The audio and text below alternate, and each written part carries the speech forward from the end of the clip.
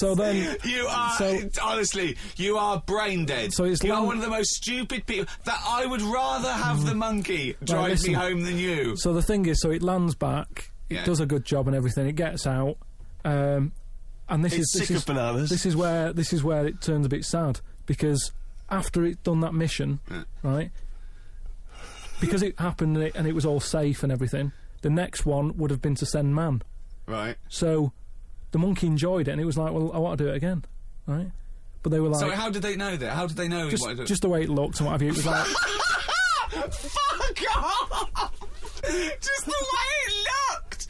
So, you are a maniac. So the thing is, though, right, so after it had done that, it was on such...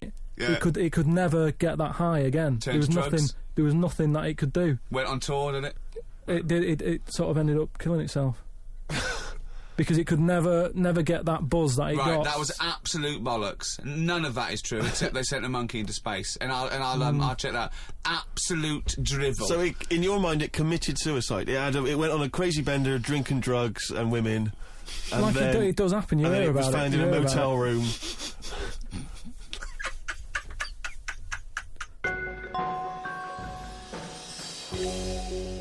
Right, do you know, like, you don't believe in, like, scary stuff? Just like, you know, ghosts. No, I believe in scary stuff. I don't believe in things that are totally illogical. Yeah, ghosts. Vampires? No. Anything made up by man. Well, there was something in the paper the other day about a vampire. How they found one. They dug something up. It was in the paper? And, it's true then. It's definitely true. But we'll leave that because you're just going to do that, so it doesn't matter. No, come on. Come on, quickly, tell us. No, it's just that they found in a coffin with a bit of wood through its heart and a knife in its mouth. But if you don't believe it, it was then a what's the vampire point? pirate. It was a vampire pirate. But that's definitely proof of a vampire then, and of course, and not some grotesque murder. Yeah. That's definitely proof of a vampire. If it wasn't made up. Hang on a minute. As far as I'm aware, when you put the thing through their heart, they just turn into dust. And also, all their victims get their own life back. Yeah, exactly. Yeah, that's right. the And here was the second bit. Yeah. Somebody had dug it up, got the heart, blended it, burnt it, popped it in some water, drank it, and they're in prison now. Now, if it wasn't dodgy stuff, why are they in prison? They're in prison because they're mental, because they dug up a body, liquidised its heart, burnt it and drank it. That's why they're in prison. There's your answer. Right. But anyway, that isn't what I'm talking about, right? But I met Derek Acora the other week. Oh, yeah. Right. Now, who's he? Which one's he? Is he a medium? He can contact the dead, is that right? He just chats to him and that, passes messages on. Nice of him. So I said, tell us something a bit weird and that. So he said, what do you want to know? I said, just something weird. So he goes, he said, here's one for you, right? And he said, there's this pub out in the country, and he said, there's this mug. Do you know those old mugs that they have, where they used to like leave their own cup knocking like about? A tankard. Oh yeah. The tankard thing. Yeah. So there was one of them mugs in there, right? And everybody... Tankard, let's use tankard if we've established that. Tankard, yeah. Because you're the only mug in this story. Right. You believe in it all. High five. Great. So this tankard's knocking about, right? And everyone who's running the pub keeps going, I wish they'd stop leaving this tankard about, right? And they pick it up. It must be a pain. Having a tiny, small tankard in a pub. That must be a real grind. So every they sort of picked it up and went, we'll have to wash that, and they popped it on a different sideboard. Next thing you know, that person who's touched it died, right? Sure. So they must have been getting through bar staff. So they kept getting in new staff and that, and they were like, what's the connection here? Right? What's the connection here? Oh, God. So anyway, call Australia, we've run out. So they sort of, somewhat, you know, it's a bit weird, it's that cup, right? So they get tankard. So it's that tankard and that. So they get a vicar in. Of course they do. And they go, look, there's a lot of weird stuff going on here. This tankard, every time someone touches it, they die. So he said, leave it with me. He gets his special water out and what have you. He comes round, does a little prayer, sprinkles it. He goes, right, not a problem, don't worry about it. He picks it up, chucks it in the bin. Guess what? What? Dies in a crash on the way home. Because he'd picked it up. Well, but Carl, you're telling me this like it's fact, and I'm meant to go, that's amazing. Derek Acora, he told me. Carl, I have no opinion of that story, other than I'm pretty sure there was absolutely no connection between touching the tankard and him dying. That's all I'm sure of. It's not just him, though, is it? I'm not going to even contest the chain of events. All I'm saying is there is no connection. There is no connection. because I believe in logic and the laws of the universe. So when you're telling me miracles and strange things outside coincidence, you may as well be telling me about the Tooth Fairy and the Easter Bunny, because they're equal to me. That it's ludicrous. It's absolutely ludicrous. So what would it take though for you to go, oh, I'm actually a believer now? But what you're saying is you're I can't answer that question, because I'd have to base my beliefs on some of your premises, which I can't do. It's like you saying, but what if you found out that 2 and 2 equaled 5? I can't. It's a necessary truth that it doesn't. I'd have to go back and fundamentally disagree with what I think twoism is, two-ness and fiveness. And you've never been in a situation though where you've gone, this room feels a bit weird. Could be something, do you know what I mean? Could be something knocking about, or. But that's a different question. I could go into a really rough-looking pub and think this isn't good, because it's based on induction. Then because I mean, like, you know, if you've been to Cornwall on holiday and stayed somewhere and you've gone, do you know what? I'm sure something's died in here. I'm sure something's died everywhere. Yeah, but what I mean, you never pick up a vibe of like I've got a mate, right, who is living in this big stately home, right, and why is he living there? He's paying £100 a month, right? And it's almost like he's being a security man. Oh, right. But he's not. He doesn't sit out the door with that on and everything. He just goes about his life, but he bases most of his work in this stately home. So right? What is it, like a housekeeper, like he's sort of house sitting? A little bit, yeah. I mean, it's massive. It's bigger than Buckingham Palace, this place, right? So what is it? A billionaire that's gone away or something? I think it's some sort of. I think he said something about a viscount or something. Right? He said he owns this place. He's living in America. This place he owns, but it's wow. And he's worried that people are going to go in there and squat and what have you. So he said to me, mate, you know, there was an advert in the paper. He don't know him. Advert in the paper saying, "Do you want to live in a big house, £100 or whatever?" And he went and had a look, right? And he's living in there now. He pays £100 a month. There's about 80 rooms. Gee. And it's this big stately house and what have you. And I went down there. He said, "Oh, come down and have a look," right? And from outside you go, "Oh, this is brilliant. It's like something out of, you know, like the Man of Born or something." You go, "This is impressive." But then when you get in, it's like it's a wreck. It's right? Just falling apart because they can't afford. Well, it's just been left. No one's doing any vacuuming up or anything. There's like rat poison everywhere. Like windows are smashed, doors kicked in. That's a real shame. Why is it? Is it? I don't think he's doing his job, is he? Is it because it would cost like millions to do up? Or well, something? Apparently it'd be like I think they're going to have it done up, but it's going to cost like 80 million, right? So anyway, that's a big house. That's a big house. We go to the pub and what have you. I've got like a little torch, and we're wandering around looking in all these different rooms, right? And I'm asking him how's it got in this state? Do you know what I mean? If someone's had it, why have they let it get to this state? And he was saying how, you know, it was like a mental home at one point, and it was like a drug thing as well. People who had problems with drugs, they popped them out there because it's in the middle of nowhere. Do you know what I mean? If you needed drugs or anything, forget it. It's not going to happen. Do you know what I mean? So that's straight away. Do you know, like, have you ever been in a hospital when it's been shut down, or a school when there's no kids in it, and there's that sort of bad atmosphere of like weirdness? Yeah. Right? For the sake of argument, yeah. So we're wandering about, and I say, "Oh yeah, what's in this room?" Right? And we go in, and all the floors are like a wreck and rotten and stuff. And I looked at the wall, and there was like a little piece of paper stuck on the wall, right? And I said, "What's this here?" So I wandered over, right? Got right up close to it, and somebody had roted. Somebody had roted? Oh. Somebody had roted. Imagine doing Jack and Horry. Right, okay. Right, go on, sorry. So there's a little sign there, right? And I go up to it, and it says, "Flies," right? With an arrow. Flies this way, right? So I think that's a bit weird. So I follow the arrow, right? Which goes to this corner where there's a shelf. About 3,000 dead flies on it. Oh my God. Condom stuck on the top. That's weird, isn't it? That is weird. That is weird. Right? So I'm looking at that, and there's loads of stuff on the floor and that, bits of paper. Picked up this bit of paper, right? And it like in biro and that. It looked really old, like it'd been there years, and it had something like need nappies, dummy, right? Blankets, blah blah, all this like all stuff for like, and I turned it over, right, and it said none of this now needed. Right. Now that's weird, isn't it? Now that's what I'm talking about when you get a bad vibe. You go, that's who's been in here.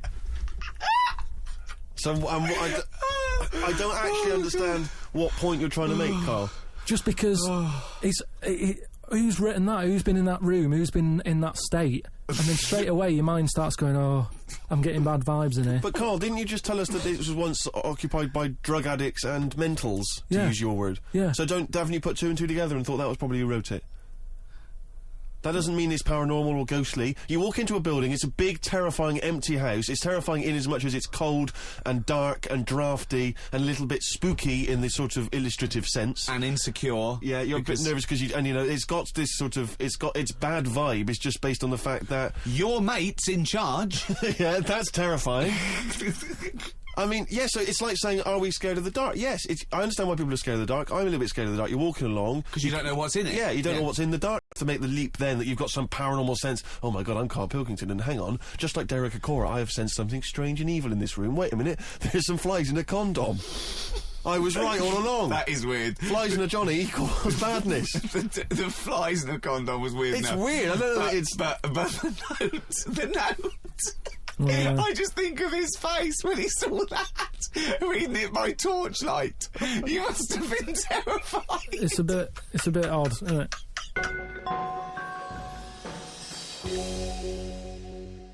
Thank you very much indeed for listening. If you'd like to get in touch with us, either myself or Ricky, or you've got something to send to Carl, then you can email us at podcast@rickygervais.com. I'd just like to say thank you to both The Guardian for sponsoring this and Positive Internet for hosting this podcast. Both great. The guys at Positive Internet know exactly what they're doing. They're my kind of people, as is The Guardian. No, it's what I think. Just what I think. Right. It's just I've not heard you mention either of them before in that way. It just sounded a little... Oh, you're joking. I both love The Guardian and Positive Internet. Great guys. Okay, that's just the way you feel, it's not... Yeah. Yeah. The Ricky Gervais Show on Guardian Unlimited.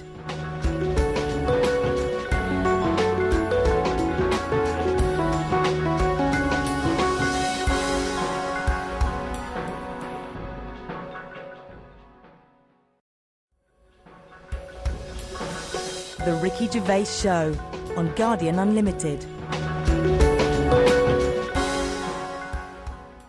Hello, welcome to the 10th podcast in a series of 12, Ricky Gervais Show, with me, Ricky Gervais, Stephen Merchant. Hello. And, of course, Carl Pilkington. Right. Now, thanks for all your emails. We've really started a community here, I think. Yes. We're all brought together by one aim, the fascination of the brain. Equally as obsessed as we are with it. I really don't know why it's called the Ricky Gervais Show anymore. I mean, I was cynical at the beginning, but it's farcical.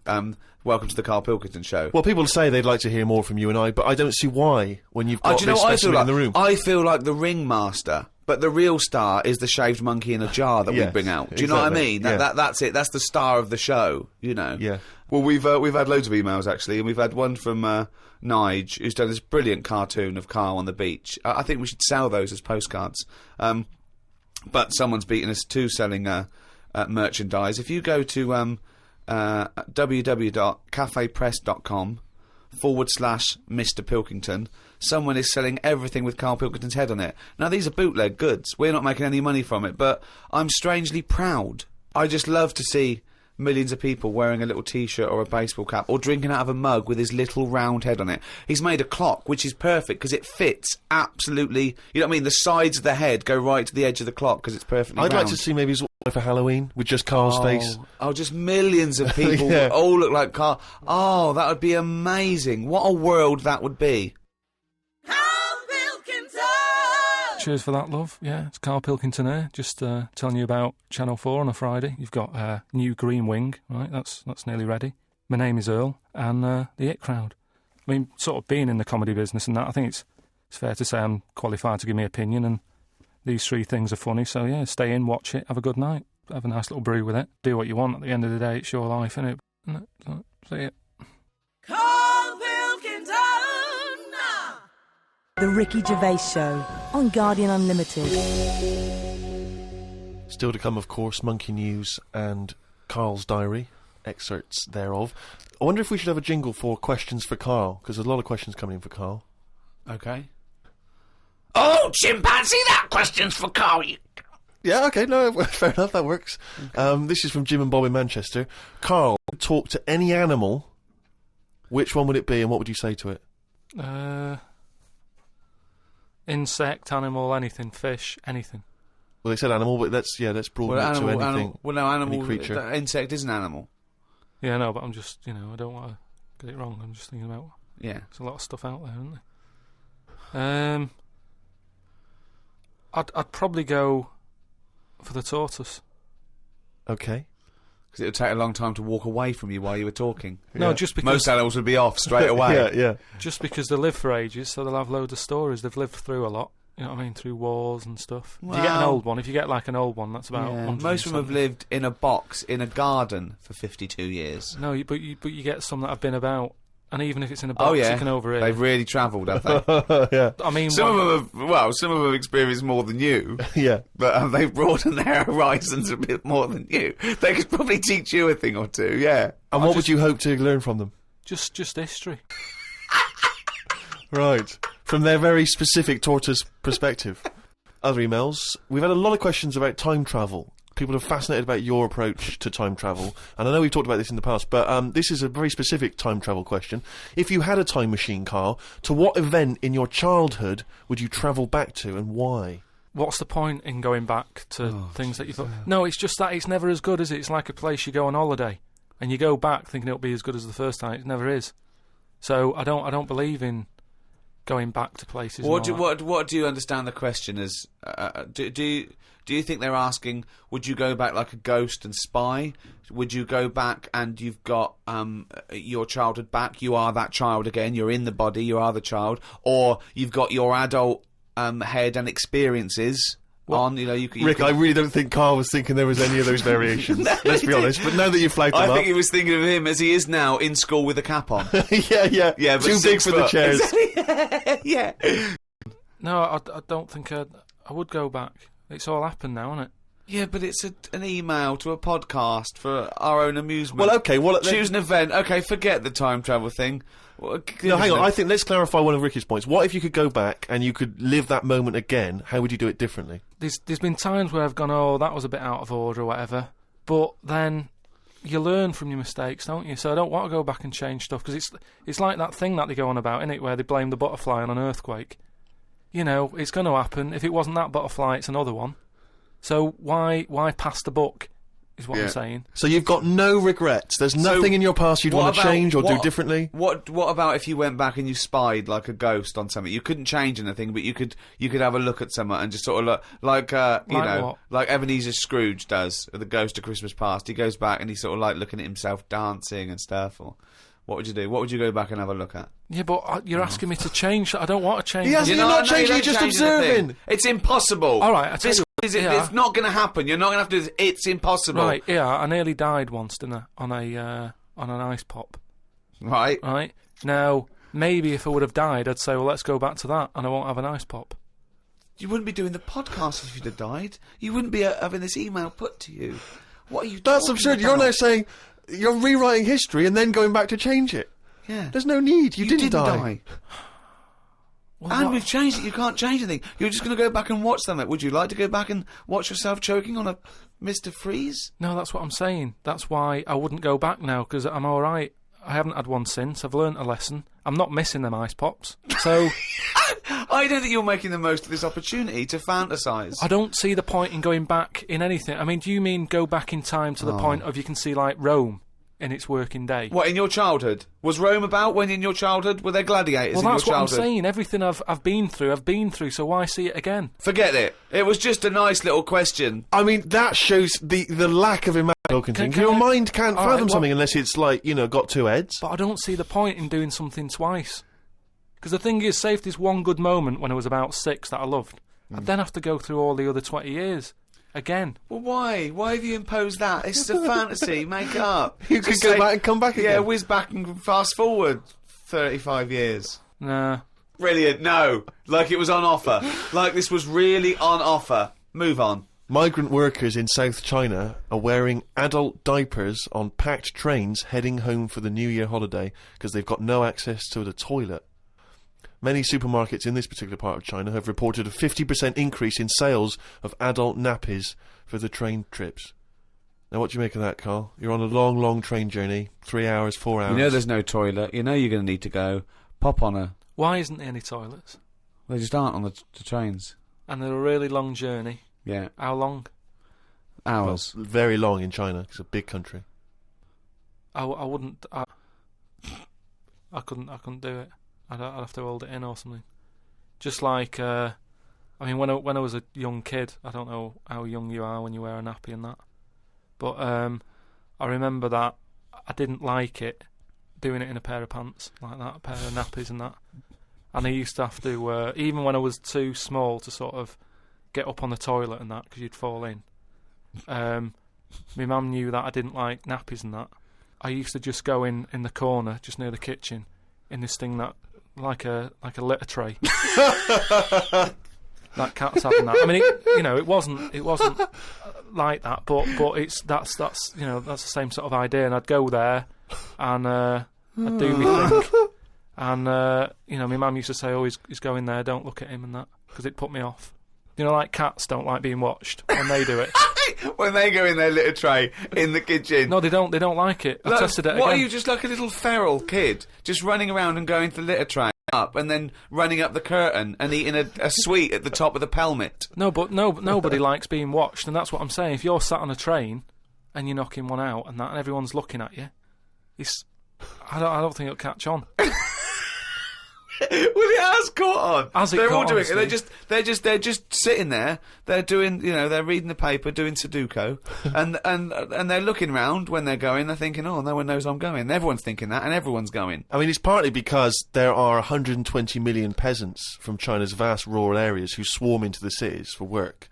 And so, that sheer number of people means that the trains are so overcrowded. I just don't... I mean, what are we getting to?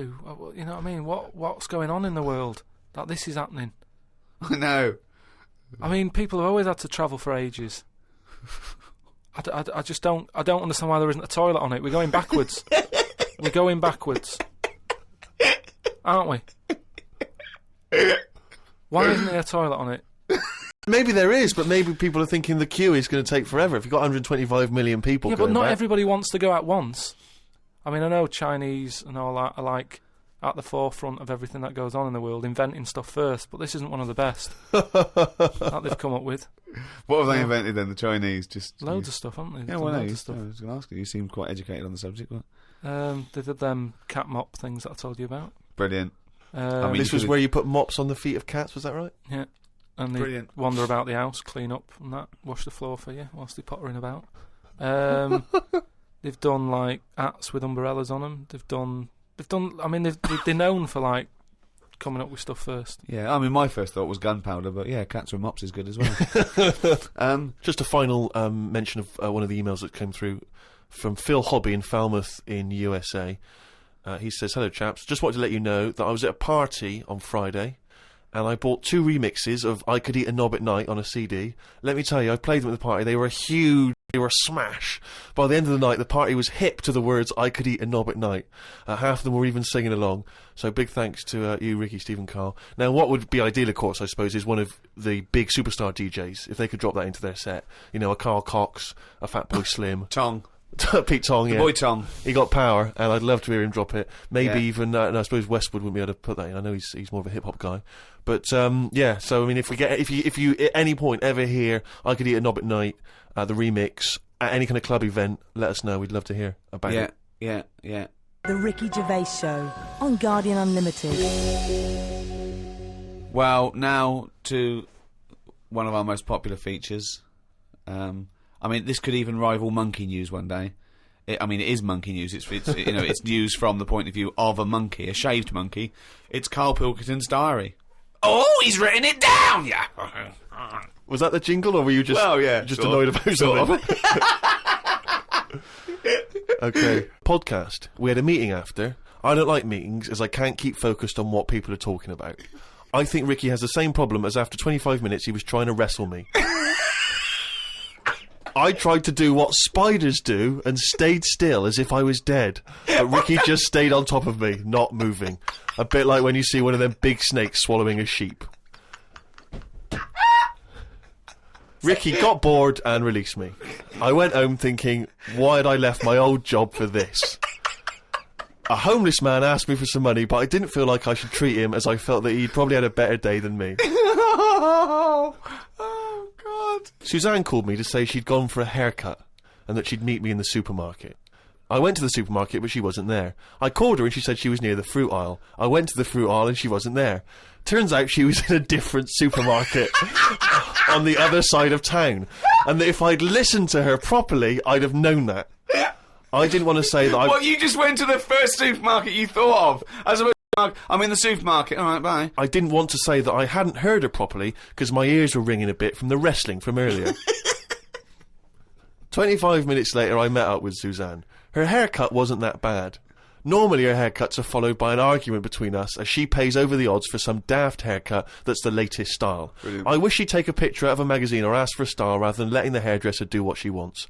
I said I only tell her to do this as she's got a square head and a close-cut hairdo makes it look squarer. She said, what do you think of this cut? I said it looked alright as I couldn't be bothered arguing about it. It's weird writing a diary. I don't know who thought of doing one of these first. The last time I did one was at school. They used to get you to do it so they could keep an eye on whatever you were up to. My diary used to say the same thing every night. Got home, went to the shop to get potatoes, bread, milk. Went home, watched telly, went to bed. I think I might have gone to Twiggy's Dance Club just so I had something different to write. You've not told us about Twiggy's Dance Club. It's just, you know, I sort of, when I was a kid, I sort of gave everything a bit of a go. I did boxing and that, didn't I? Gave that a go. Yeah, a mate sort of said, oh, you know, you're into your dancing, your robotics and that, you're doing your body popping, right, body popping and that. He said, you ought to come to Twiggy's. And I went there, but I didn't go in, it was shut. They were just having like loads of toilet rolls delivered. I think like they were like using it as a storage place for toilet rolls and that. So I said, oh, I've come to have a dance. And like, oh, not tonight, come back tomorrow. I never went back. Brilliant. Next. What a waste of an anecdote. Right. Brilliant. Just to recap, you're convinced then that the teachers are asking you to keep diaries so they can keep tabs on you. And then to continue the diary, as there were more problems happening on the estate, they started to add Saturday and Sundays to the school diary to keep an eye on what we were doing at the weekend. I struggled to fill it on a Sunday as the shop I got potatoes and bread from was shut on a Sunday. I had to go over to Shepherd's Bush to meet someone. I got the tube. There was a badly burnt man on the tube. But he can continue through quite a lot of bad stuff. It got me thinking about how much stuff you could remove in your body, one by one, without dying. If it was a competition, the cockroach would win, as it can live for a week without a head. I just mean, like, say if, you know, they run out of ideas for TV programmes and that, right? They get someone who isn't well. They go, look, do you mind if we make a programme on you? And what they do, they sit them in the bed, and they go, right, what we're going to do now is take out the heart, but replace it with a pacemaker. Right, No. Sorry. People with pacemakers don't have their heart taken out and a pacemaker popped in. All right then, some sort of machine. What I'm getting to is, have you been playing Operation? What I mean is, the big finale would just be a head chatting with loads of wires going into it, and it's like, look what we can do with science. That's what the programme's called. It's the same every week. The volunteer is just a head with loads of wires coming out Look of it. what we can do with science. And he's going, goodbye. I feel ill. Post delivered to me today. It was... oh, this is This great. makes it in the diary.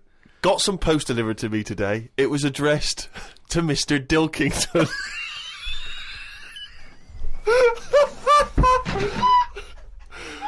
I don't know why that's so funny. Oh, God. I got some post delivered to me today. It was addressed to Mr. Dilkington. I opened it and the first sentence read, Dear Mr. K. Dilkington, you're one of our most valuable customers. I put it in the bin. Thought I would learn some new words, as Steve always says I don't use enough different words.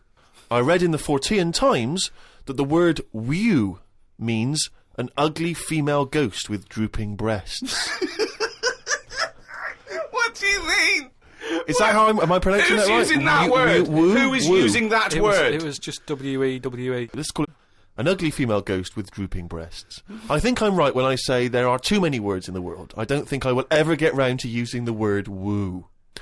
Watched a health programme. Wasn't watching it properly, but heard some doctors say that we only get so many heartbeats in a lifetime, so don't do too much exercise.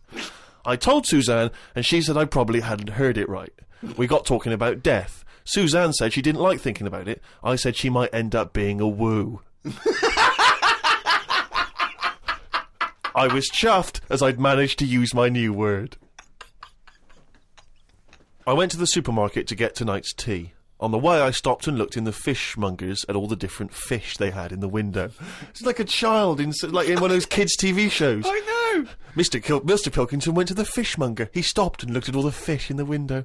Hello, Mr. Dilkington, they said. There was a newspaper clipping stuck on the glass about a two-headed fish that they've made in Taiwan.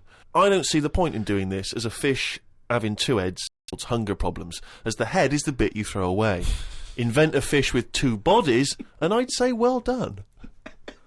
Good point, isn't it? Suzanne watched one of her favourite TV programmes. I've told her the telly only goes on if there's something she wants to watch. If there's nothing on, she has to talk to me about stuff I've learnt. Like Descartes. Watched a programme on him the other day. He is the one who said something like, "I know I'm about 'cause I dream." Doesn't work for everything 'cause ants don't sleep. I don't know if I'd like that or not. You don't know if you would like it if you didn't ever sleep. Not sleeping. It's just one long day. I don't know. Don't know how you put up with that. Do you think it'd be a good idea? No. Why not? Because, as you said, it would get a bit boring. You know, your sleep is your rest, your time off. It helps you detoxify. It helps you sort of think things through on a subconscious level. But don't you ever get it where, I mean, sometimes you're tired, but don't you sometimes feel that's like... the best time to have a sleep, when you're tired. No, but sometimes when you go to bed and you're not that tired and you're kind of thinking, oh, I'm going to waste some hours of my life now and I'm not really in the mood for this. Well, that's just wishing you had longer on this earth doing creative things. I mean, if you didn't have to sleep, you could spend more time talking to a tortoise and going to the toffee shop.